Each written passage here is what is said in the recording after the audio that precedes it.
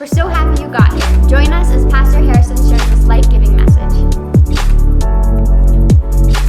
1 Samuel chapter 16 says this. This is where we're starting this morning. It says, when they arrived, Samuel saw Eliab and thought, surely the Lord's anointed stands here before the Lord. But the Lord said to Samuel, do not consider his appearance or his height, for I have rejected him. The Lord does not look at things that people look at. People look at the outward appearance, but the Lord looks at the heart. A few months back, my family and I, a group of us actually, we went to this movie called Once Upon a Time in Hollywood. Anyone seen this movie? A few people. Now, I'm by no means recommending it. I'm just telling you that I saw it. And what was interesting about this movie, it's one of those movies that had tremendous reviews. Like, it got really high scores. And whenever movies are tremendously reviewed, I'm always a little bit nervous. Because, like, you know how, like, a lot of times good movies get good reviews because they're, like, artsy and critics love it, but everyone else hates it. And so, like, when we're going to this movie, I was a little bit nervous because I was like, I'm not sure if it's going to be good or what, but we went to it. And I can say without a word of a lie, for the first 2 hours of this movie, nothing happened. It's a 2-hour and 40-minute movie, and nothing happened for the first 2 hours. And it was so boring. And, like, I'm looking over at Christy, and, like, she's pregnant and falling asleep. And I'm like, oh, my gosh. And then this movie, like the last, 10 minutes or so had some action. But then it ended, and all of us who were there was this general consensus, like, this is the worst movie ever. But my dad was there, and we looked over at my dad when the movie ended, and for some reason, like, he had this glow in his face. Like, he looked like Moses after he saw God on Mount Sinai. Like, he was just beaming with joy, and he absolutely loved the movie. And he just started talking. He's like, oh my gosh. He's like, you guys didn't understand what was happening. But like, and he just began to explain how this movie, a lot of it was based on like events that happened in Hollywood in the 1970s. Now, for those, if you can't tell, I wasn't around in the 1970s in Hollywood, but he just kept saying, like, these are real people in this movie and this and that, and he was just so excited. And so I'm one of these people that whether I like the movie or not, like, I was going to go home and jump on the Wikipedia train regardless, because I like to learn about stuff and just, like, understand things better. And so when I got home, like, I realized I started, like, looking up this movie, Once Upon a Time in Hollywood, and I was looking at Wikipedia, I was looking at all these things, and I just realized, like, oh, wow, like, there's a whole lot more to this story than what I just watched. And it was cool because when I looked it up and I realized, like, oh my gosh, Sharon Tate's a real person and all these things, it was just, I began to see that there was more to the story that meets the eye. And when I understood that there was more to the story, I understood the movie better. And I began to see, like, okay, I can kind of get this movie. I still don't think it's that good, but there was more to the story. If you kind of haven't realized, I'm kind of teeing up this series that we're starting over the next number of weeks. And this series is called, if you can see the graphic behind me, There's More to the Story. And it's all with the life of David. And David is one of my favorite characters in the entire Bible. And the reason I love David so much is because David is actually one of the most written about characters in the entire Bible. He's perhaps the most famous character in the Bible next to Jesus. I'm not sure if you guys knew this, but David alone in the Old Testament, there are 66 chapters dedicated to his life. Not to mention, the majority of the book of Psalms are prayers and songs written by David. And in the New Testament alone, David is mentioned 59 times. He's mentioned a lot. But what's crazy is, like, for most people, when it comes to David, they know maybe one story, and that's David and Goliath. You guys know what I'm talking about? It's funny because, like, and we're going to talk about David and Goliath next week. Don't worry, I'm not going to skip it because it's a cool story.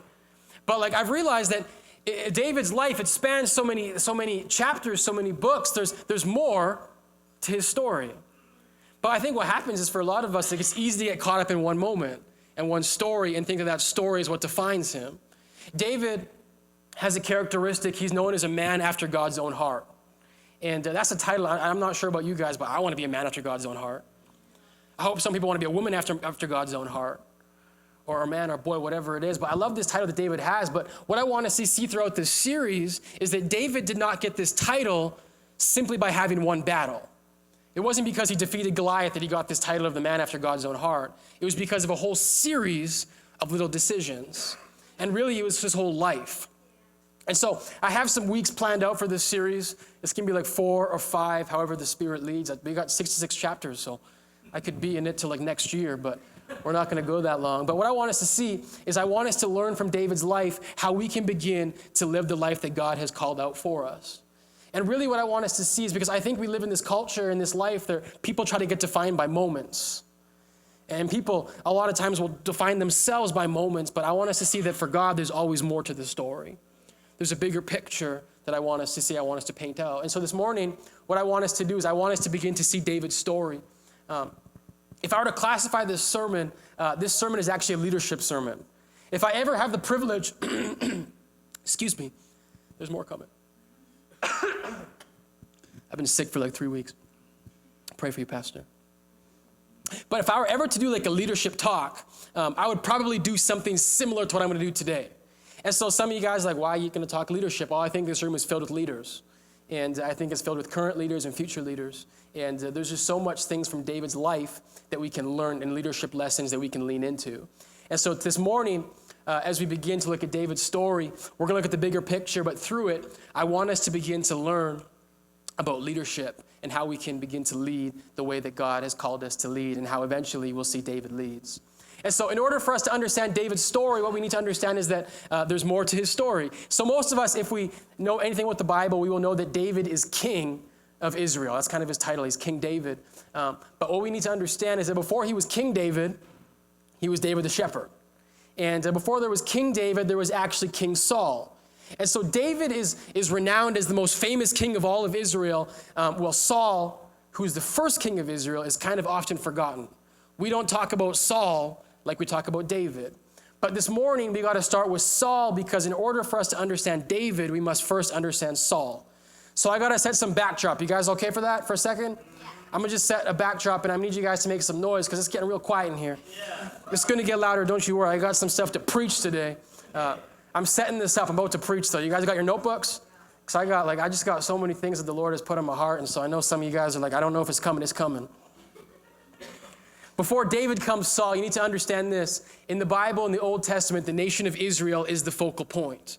And Israel, if you want to trace their roots back, they go all the way to Abraham and all his descendants. But the people of Israel, if you read the Old Testament, they are known as the people of God. These are God's people. If you kind of want to have like a picture of how they rolled, it would be similar to like Christians today. People that followed God. And so the nation of Israel, they followed God. And the marker of Israel was that Israel was different than all of the nations around them. God said, I want you guys to be different. I want you guys to stand out. That is how people are going to know that you are followers of God. And so one thing that made Israel different from all of the nations around them was that Israel did not have a king. All the nations had a king that led the people, while Israel did not have a king. We all following? Instead of kings, what Israel had was prophets. And prophets were people that got messages from God, and they would relay the message from God to the people. That was how God spoke with the people. And so what happens in our story is that the prophet is interceding on behalf of God to the people, but the prophet Samuel is getting older. And so as Samuel's getting older, the people of Israel start tripping out. And they're like, okay, Samuel, you're getting old. Who's going to mediate between you and God?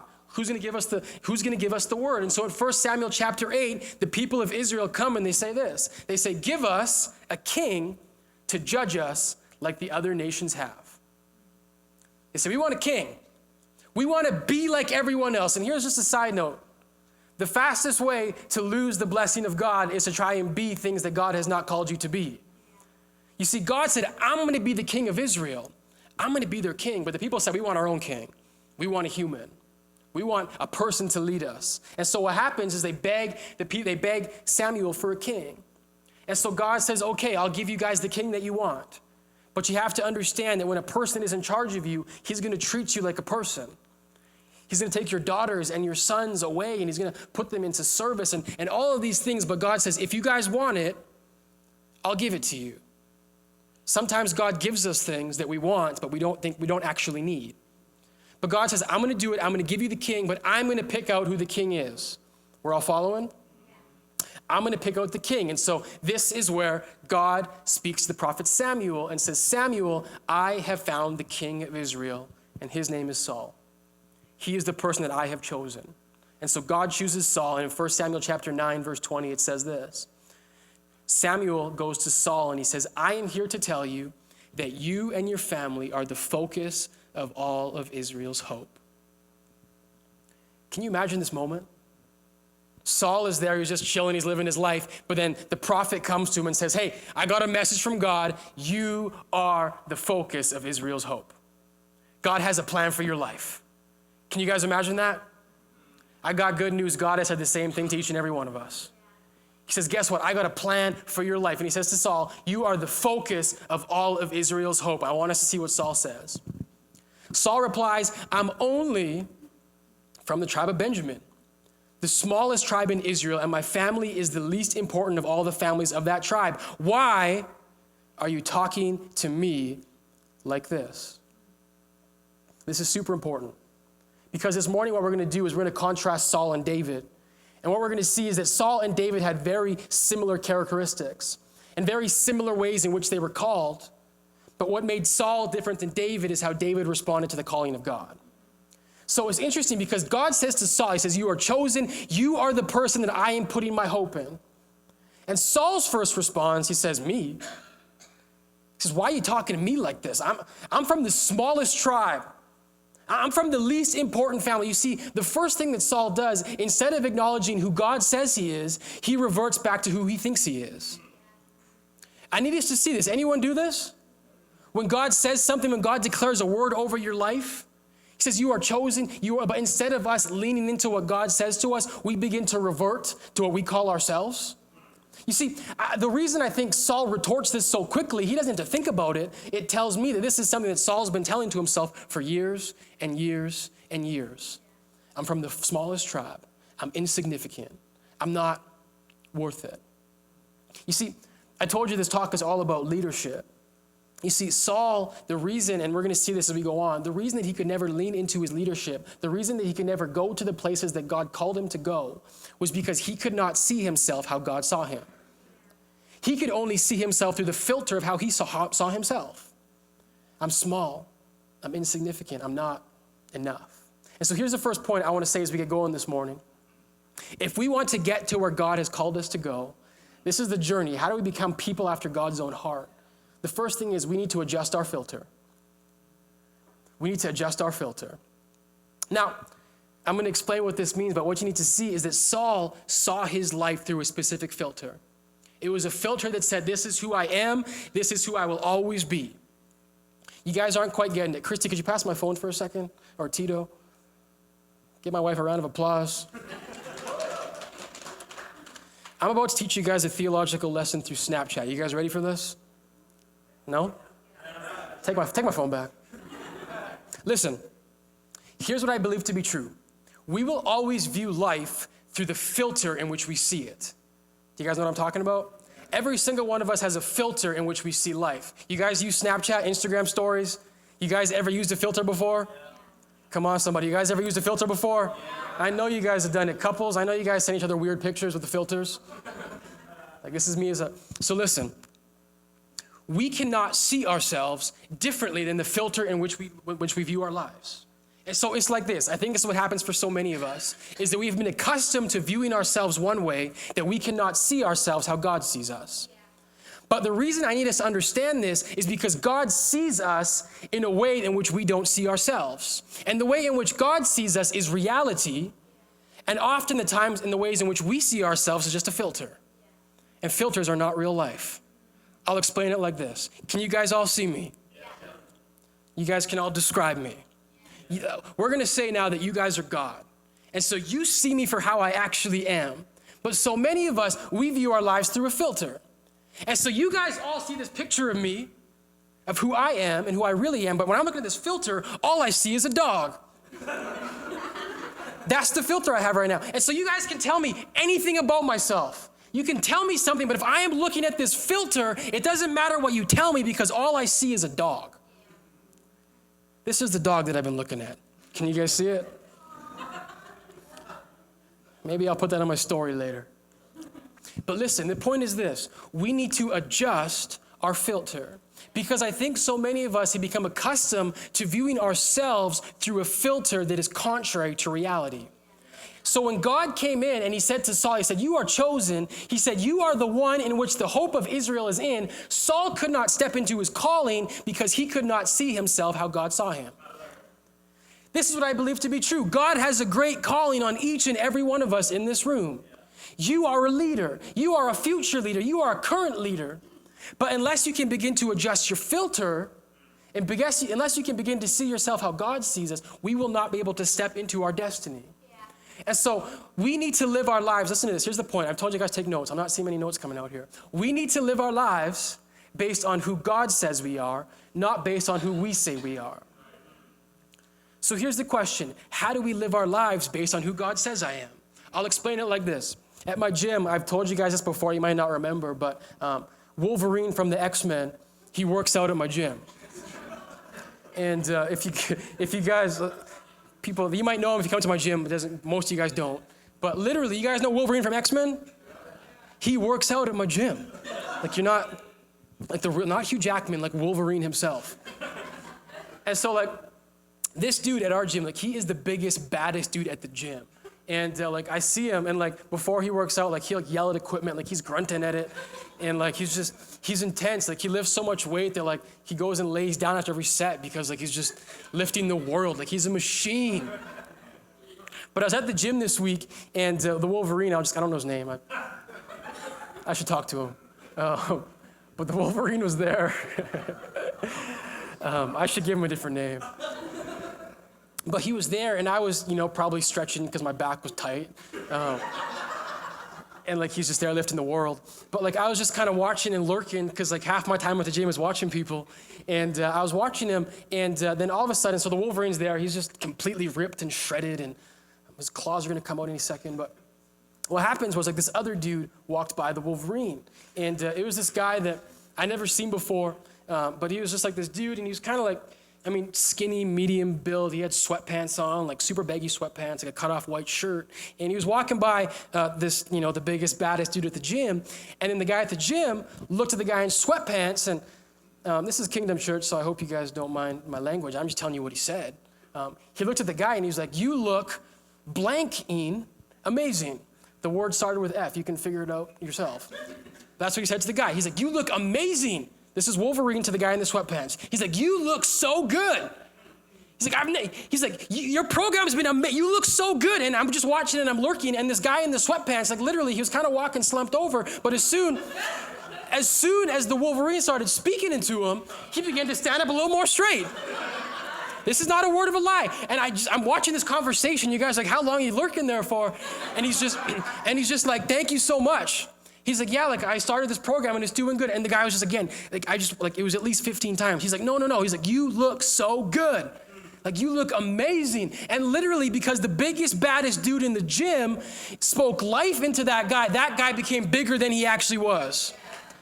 Now listen, we're asking ourselves, how can we begin to see ourselves the way God sees us? I'm here to tell you that the biggest, baddest dude in the entire universe has come down and he's spoken to each and every one of us. And he has said, you are the coolest person I ever seen. You look amazing. We need to begin to see ourselves how God sees us. And how do we do this? We need to begin to speak truths into ourselves. This is why reading the Bible is so important. Because listen to this, our picture of ourselves, our filters lie to us all the time. The filter in which we need to see ourselves is through God's word. And when God's word tells us that we're a child of God, that we are holy, that we are redeemed, that we are a royal priesthood, I can begin to see myself how God sees me. Listen to this, here's the beauty of God. God does not see us for how we are, but God sees us for who we could be. That's why we need to look at God through his filter. Because he has a perspective that we don't have. I'll tell you guys the truth. When God called me into ministry, when I first got started, this is a thought I had to myself. I was like, I'm not sure what I'm going to do in ministry because I can't preach. Like, I don't know how to speak. And literally, I was like, maybe I'll just give Bible studies or something my whole life. I don't know what I'm going to do. But you see, when God called me, God was able to see something in me that I couldn't see in myself. God could see me in the future, and I could only see me in the present. And so when we're looking at life through these filters are not reality, but God's word is reality. And so Saul, in this moment when God says, you are the hope, Saul couldn't see himself the way that God saw him. And so listen to this, friends, though. Saul, what he did is that he was never able to adjust his filter. And so throughout his whole leadership, he always led from that picture of himself instead of that picture that God painted. He led out of insecurity instead of leading out of confidence. And I'll show us what happens when we lead out of insecurities, when we live a life based not on what God calls us, but we call ourselves. In 1 Samuel chapter 15, it kind of all comes to a head. And what happens is that God calls the nation of Israel, and Saul is king. He tells them to go to these people called the Amalekites. And God says to them, you need to destroy everything. You need to get rid of them. And what happens is that Saul does not obey the order of God. And so instead of destroying everything, what happens is that Saul, he keeps livestock for himself. He keeps some of their jewelry, some of their good things. He keeps them for himself. When God had told them to destroy everything, Saul keeps it for himself. And what happens is that Samuel gets a word from God, and God says, this is the last straw. I have rejected Saul. I'm going to pick someone else. And so we may be thinking to ourselves, like, that's pretty harsh. He just kept a couple of cows and some grain, and like God has rejected him. But there's a bigger picture. There's more to the story. And that's why we start at the beginning. Because this is just a buildup of how Saul has led his whole time in Israel. He has always led out of insecurity instead of leading out of confidence. And I'll show us what happens. In 1 Samuel 15, he's making all these excuses. And so Samuel intervenes. Samuel says, stop. Because like Saul is just blabbering on. No, God, come on. Samuel says, stop. He says, listen to what the Lord told me last night. Saul's like, what did he tell you? Samuel told him, although you may think little of yourself, are you not the leader of the tribes of Israel? The Lord has anointed you king of Israel.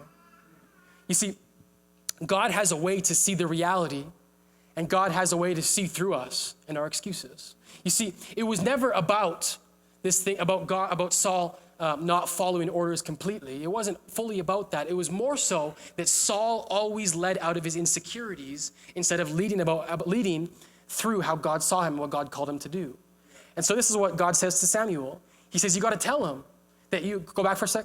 He says, although you may think little of yourself, are you not the leader of Israel? You see, through all, this is many years later, but Saul still thinks little of himself. He's king, he's in charge, but he still thinks little of himself. Listen to this. Position does not matter. You can be CEO of a company. I say it all the time. If your net worth is higher than your self-worth, you're still going to be in a place of deficit. And so Saul is king of Israel, but he still didn't see himself how God saw him. And so in every decision that he made, every little thing, he led out of insecurities. And so now look, God exposes Saul, and so now Saul admits his true heart. This is what he says in the next verse. Saul admitted, yes, I have sinned, and I have disobeyed the instructions. Look at this. And the Lord's command, for I was afraid of the people and did what they demanded. You see, it wasn't necessary that Saul didn't obey the commands to a T. The bigger issue was that Saul listened to the people instead of listening to God. And the reason that Saul listened to people over God was because Saul never had a self-esteem that was high enough to simply follow God. He was always worried about what other people thought about him. And so listen to this, friends. Insecure people are always worried about what everyone else thinks. Chosen people worried about God, what God thinks. And we need to adjust our filter. Because listen to this, friends. If we live out of a place of deficit where we never feel good enough, where we never feel like we're called, we will be at the mercy of everyone's opinions of us.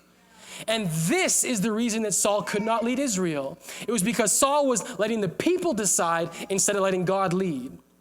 It's the same. Insecure people are so worried about what everyone else thinks. But when we know who we are, when we know what our calling is, we're not worried about what other people think. I'll tell you this, Kingdom Church, people have had opinions about this place, what it should look like, what we should do, this and that. But guess what? We know where God has called us to go.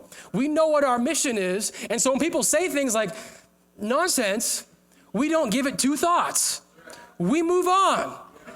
Because God has called us to something specific. We're not worried about what everyone else thinks. Insecure people are worried about what everyone else thinks, while people that are chosen by God and called by God are only worried about what God has called them to do. Listen to this, friends. This is for you as leaders. If you want to lead to the capacity that God has for your life, you need to lean in more to God than you do to people. We need to adjust our filter. Some of you guys, I told you it's a David series. We're getting to David. But in order for us to understand David, we need to understand Saul. And so what happens is that God rejects Saul as the king of Israel. And so in 1 Samuel chapter 16, the Lord says to Samuel, because Samuel's mourning about Saul, but God says, you have mourned long enough for Saul. I have rejected him as king. So fill your flask. I can't read back there. My eyes are not good. I gotta go back here. I tried my best. The Lord said to Samuel, you have mourned long enough for Saul. I have rejected him as king of Israel. So fill your flask with olive oil and go to Bethlehem, for a man named Jesse lives there. I have selected one of his sons to be my king. So God says to Samuel, he says, move on. I got someone new. This is what happens. Listen to this, friends. When we lead out of insecurities, God gives us grace. Saul's life, we looked at it in a snapshot. It was many years. But if we can never begin to see ourselves how God sees us, God has to move on to the next. Because there is still a purpose that has to be accomplished. And so it wasn't that God was insecure. I don't know if you guys have noticed, but we've spanned many chapters. And Saul led Israel for over 50 years. But he just couldn't see himself how God saw him, so God moved on to the next. And so God says to Samuel, he says, go to Jesse's house. And it's funny that Jesse, that's David's dad, he's the only name mentioned, but he has 8 sons and more daughters, and you think that like the woman who pushed all those kids out might get their name mentioned, but only Jesse gets his name mentioned. But God says, go there, for the next king is in his house. And so Samuel goes all the way there, and he meets Jesse and his family. And what happens is that Samuel gets there, and in verse 6 it says this. It says, when they arrived, Samuel saw Eliab and thought, surely the Lord's anointed stands here before the Lord. So what happens is as Samuel gets there, and he sees Eliab. And Eliab is the oldest son. And this dude's good looking. Like, he's tall, he's dark, he's handsome. And so Samuel takes one look at this guy. He probably looks like me, I don't know, but come on, somebody. When it says, when they arrived, Samuel saw Eliab. He sees this dude, and he's like, hey, this is the one. This has to be the guy. And I think a part of the reason that Samuel thinks this is because Samuel has just dealt with Saul. Saul was little. Saul was insignificant. He came from the smallest tribe. And so Samuel's thinking to himself, all right, God's not going to make that mistake again. He's going to choose someone qualified. He's going to choose the oldest son, someone who's good looking, someone who's got it all going together. But the thing I love about God is that our unfaithfulness does not change his plans. Look at this, what happens. Look what the Lord says. The Lord said to Samuel, do not consider his appearance or his height, for I have rejected him. The Lord does not look at the things people look at. People look at the outward appearance, but the Lord looks at the heart. This is so good. It's one of my favorite verses in the entire Bible. You see, we live in a culture that worships the exterior, what we can see. Eliab was the oldest. Eliab was good looking. He had it going on. But what happens though, and so for Saul, like I said, for Samuel, he's thinking to himself, okay, God's going to switch up his plans. But listen, our shakiness does not change God's strategy. God has never been worried about about the outside as much as he is the inside. You see, the problem with Saul was never his exterior. Because on the exterior, although he came from the smallest tribe, the Bible tells us Saul was also good looking. Saul was also a mighty warrior. And so he still had those external things as well. The problem with Saul was that his inside was could never match up to his outside. You see, his character never matched his competency. You see, we live in this time that we're so worried about competency. I need a degree. I need more wisdom. I need more money. I need more. But listen, if your character is lower than your competency, then God will never use you the way you want to be used. Because God looks at character before he looks at competency. God looks at character before he looks at all those things that you have that qualify you. And so here's the point that I want to make, is that as a people, this is a leadership thing, right? We need to adjust our filter. Here's the second thing. We need to work harder on our character than our competency. We need to work harder on our character than our competency. Because, listen to this, friends, where could our lives be if we worked twice as hard on our character as we did on our competency? Because I think the majority of us, the things that we spend our life chasing are things to make us better people, competency-wise. I need to be smarter. I need to be wiser. I need to be this. I need to be that. But what God says, he says, I don't look at the things that people look at. Man looks at the outward appearance, but I look at the heart. I was talking to a girl a few weeks ago, and she's 18 years old, and she's been put in this position of leadership. And she was talking to me, and she just said, she was like, Harrison, like, I don't know what to do because the people that I'm leading are like 4 or 5, 6 years older than me. Like, some of these people have degrees, and like, I don't know what to do. And so all I could tell her was what God has spoken to me. And I'm not sure if you guys could tell by my glowing skin, but like, I'm a young leader. I'm not that old. And so all I could speak to her was what God has spoken to me. You see, one of the things in the process of stepping out and starting a church, one of the things I was worried about was my age. And so I remember like having talks with God, and I was like, God, let me just turn 25. Because like when I turn 25, that sounds older. Like quarter of a century, come on. But one thing that God spoke to me very early on was that he said to me very specifically these same words. He said, Harrison, if your competency is higher than your character, I'm never going to use you the way you want to be used. And so you need to work more on your character than your competency. Because with age, we think comes competency. The older I get, the wiser I'm going to be. And God's like, that's fine, but I need your character to get there before your competency does. That's how God works, and that's how God elevates. And so for us right now, you're in a situation, you're in a season, you're like, I want God to use me. Get this. If you want God to use you, you need to work harder on your character than your competency. Because God does not see us, he does not see things the way that God sees things. He looks at the inward appearance while we look at outward appearance. One thing that I've noticed over and over again reading the Bible, when it comes to leaders and just really qualifications for people, it never says things like schooling.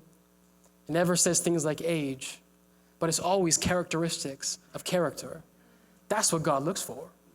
This is just a simple thing. If you want to be elevated, work twice as hard on your character as you do your competency. I need you to write that down. If you want God to elevate you, work harder on your character. I don't care how many degrees you have. I don't care how long you've been doing whatever. I don't care if you're the CEO. Saul was king of Israel, but he was more worried about his competency than his character. And he could never see himself how God wanted to see him. And so Samuel, he's going through his list. He's going through these sons. He sees Eliab, and it says this, verse 10. It says, in the same way, it says, all 7 of Jesse's sons were presented to Samuel. But Samuel said to Jesse, the Lord has not chosen any of these. Now this would have been a big shock for Samuel, because 7 brothers have gone by. That's a lot of boys. And each one, as they come walking, almost imagine it's like an assembly line. Next.